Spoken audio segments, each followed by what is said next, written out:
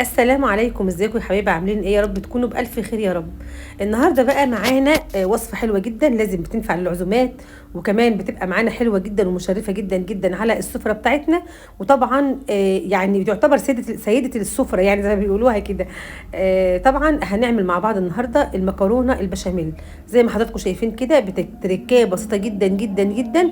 البشاميل بتاعك هيبقى تحفه تحفه تحفه. طبعا ناس كتير قوي ترند اليومين دول طالعين عمالين يقولوا له ايه بقى، ان المكرونه البشاميل اللي بيعملوها بميه السلق بتاع المكرونه. لا مش عارفه ايه، طب ما تيجي نجرب كده ونشوف الدنيا هيبقى فيها ايه معانا، وشوفوا النهارده احنا عملناها ازاي. طبعا انا عندي كده دول حوالي ربع كيلو من اللحمه كده.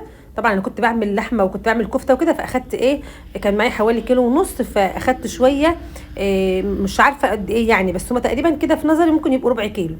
وبدات ان انا احط عليهم ايه، زي ما انتم شايفين كده، بصلايه متوسطه الحجم، وقرن شطه او فلفلايه صغننه كده عشان تدي طعم حلو.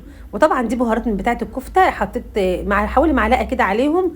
وبدات ان انا طبعا احط زي ما انتم حضراتكم شايفين كده الملح بقى على حسب ما انت، يعني على حسب رغبتك. حطيت معلقه من الملح كده.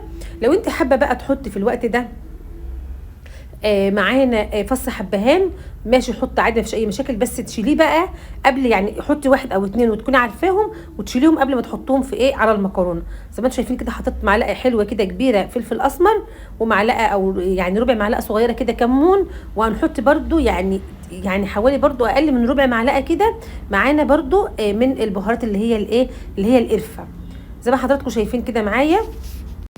وهنحط بقى معلقه صغيره او ربع معلقه صغيره كده من السكر معانا، عشان تساعد في التسويه تبقى حلوه قوي معانا. طبعا على حله تانية كده او طاسه تانية او اي جريلات اي حاجه بقى، هتبتدي تحطي معايا هنا يعني كميه من الزيت حلوه، لان انا بحب البشاميل بتاعي يبقى خفيف. مش بحب اعمله بسمنه، هو بالسمنه او بالزبده بقى ليه طعم حلو وبقى جميل، بس انا بحب اعمله بزيت كده. يعني انا حطيت حوالي 6 معالق كده، من 6 معالق كبار من الزيت. زي ما حضراتكم شايفين كده، بصوا الزيت بقى بيسخن معايا. واول لما بيسخن بنزل معايا بحوالي 4 أو 5 معالق من الدقيق، زي ما حضراتكم هتشوفوا معايا دلوقتي كده. بعد كده بقى ببتدي ان انا ايه ادوبه كده لحد لما بص يعني ريحه او الرطبه بتاع الدقيق كده تطلع منه، اشم ريحه الدقيق كده. مش هحمره قوي، بس انا هشم ريحه الدقيق كده. وبعد كده هبتدي ان انا يعني انزل بالحليب بتاعي، او بقى بايه في الوقت ده بقى باي حاجه بقى انت حابه تستعملي. هتستعملي شوربه على حليب، هتستعملي ميه المكرونه على حليب، هتستعملي مثلا يعني اللي انت عايزاه، يعني هو في ناس بتحط كذا حاجه كذا نوع.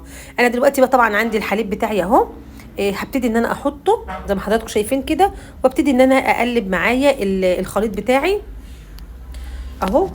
طبعا ايدك فيه على طول عشان ما يكلكعش منك، ولو كلكع منك بقى نعمل بيه ايه؟ لو كلكع منك هنقوم جايين عاملينه في الخلاط مع شويه من الميه، او شويه اللي هو الحليب، وهيبقى كويس قوي معاك. بعد كده بقى حطيت زي ما انتم شايفين شويه فلفل اسمر وشويه ملح، وعايزه تحطي مرق الدجاج في الوقت ده برده حطي معاك، هتبقى جميله جدا وبتدي طعم حلو قوي وتيست حلو قوي معانا. زي ما احنا شايفين كده، انا مش بحب اتقل البشاميل بتاعي، البشاميل يبقى خفيف خالص كده زي ما انتم شايفين. بعد كده بقى طبعا عندي سلقه المكرونه بتاعتي، بدات ان انا احطها كده في البايركس بتاعي. طبعا تخلي بالكم لازم البايركس يبقى تحته حاجه يا جماعه، بحيث عشان ما يبقاش حاجه سخنه وهو ساقع وتحطوهم على بعض اتنين فيقوموا فرقع منك، خساره يعني. زي ما انتم شايفين كده، طبعا حطيت كل المكرونه مره واحده اهو زي ما انتم شايفين معايا. هبتدي بقى ان انا اغرقها كده كلها بشاميل، صوص البشاميل ده كده. دي طبعا من التركات الحلوه جدا جدا في المكرونه، الناس اللي بتحب المكرونه تاكلها جوسي كده بتبقى حلوه جدا الطريقه دي. لكن لو انت عايزاها ناشفه بقى، في ناس بتحبها ناشفه يعني ما تبقاش فيها بشاميل كتير، تحطي بقى رقه وبعدين تحطي عليها بتاع اللحمه بتاعتنا او الخليط بتاعنا اللي انت حاشيه بيه، ايا كان الحشو بتاعك. بعد كده بتحطي بقى الايه، بتحطي البشاميل على الوش. بس انا عشان بحبها جوسي كده وتبقى كلها سايحه ونايحه ببعضها كده، انا ببتدي ان انا ايه احط زي ما حضراتكم شايفين كده. بعد كده بقى هاخد شويه صغيرين كده للوش من فوق، وطبعا هحط المكرونه من تحت كده زي ما حضراتكم شايفين اهو. بدات ان انا اعمل دي طبقه اهي، طبقه مكرونه زي ما حضراتكم شايفين كده. وهبتدي بقى احط عليها طبعا كلها غرقانه صوص بشاميل. هبتدي احط عليها او انزل عليها الايه اللحمه بتاعتي اللي انا عصقتها. عايزه تعمليها بقى بفراخ بلحمه بجبن، زي اللي حضرتك تحبيه، زي ما حضرتك يعني تحبي. بعد كده بقى هبتدي بقى انزل عليها شويه صوص كده بشاميل كده برضو عشان تتربط في بعضها كده وتبقى حلوه وطعمها يبقى جميل جدا زي ما قلت لكم قبل كده اهو. دي الطبقه الثانيه اهي. يلا بينا كده نصلي على رسولنا الحبيب عليه الصلاه والسلام ونقول اللهم صل وسلم وزد وبارك عليك يا حبيبي يا رسول الله، عشان ناخد شويه حسنات كده منكم. وبعد كده كمان يعني ايه، الصلاه على الرسول حلوه جدا يا جماعه ومفرجه جدا جدا جدا وحلوه. نصلي على الرسول عليه الصلاه والسلام واحنا بنعمل اكلنا، نسمي كده نقول بسم الله الرحمن الرحيم في كل حاجه احنا بنعملها. لازم لازم لازم نسمي كده في اكل ولادنا كده، ونقعد نقول بسم الله الرحمن الرحيم اللهم صل وسلم وبارك على سيدنا محمد.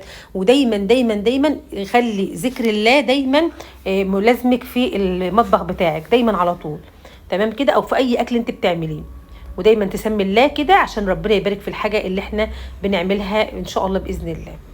ما شاء الله كده زي ما انتم شايفين كده بدات ان انا بقى احط ايه، احط الصوص على الوش كده. وطبعا الصوص لما هو عشان هو ما هوش لا تقيل ولا هو خفيف، فما شاء الله عامل زي ما انتم شايفين كده اهو. بصوا جميل جدا جدا وحلو قوي قوي قوي والله العظيم، كانت تحفه وما شاء الله طلع قطع كده، قطع كلها قطع ما فيش يعني ما شاء الله. عايزاها تبقى قطع وحلوه كده، استني يعني استهدي عليها شويه ما تقطعش على طول، سيبيها شويه عشان ما يعني تعرفي تقطعيها. يعني مثلا اعمليها قبل الاكل مثلا بنص ساعه كده، هتبقى برده في نفس الوقت سخنه وفي نفس الوقت ايه، هتبقى تقطع معاكي قطعه زي ما حضراتكم شايفين كده جميله جدا اهي. يعني ما شاء الله لا قوه الا بالله، بتتكلم عن نفسها تحفه. لو عجبكم الفيديو ما تنسوش في اللايك والشير والاشتراك في القناه، والسلام عليكم ورحمه الله وبركاته.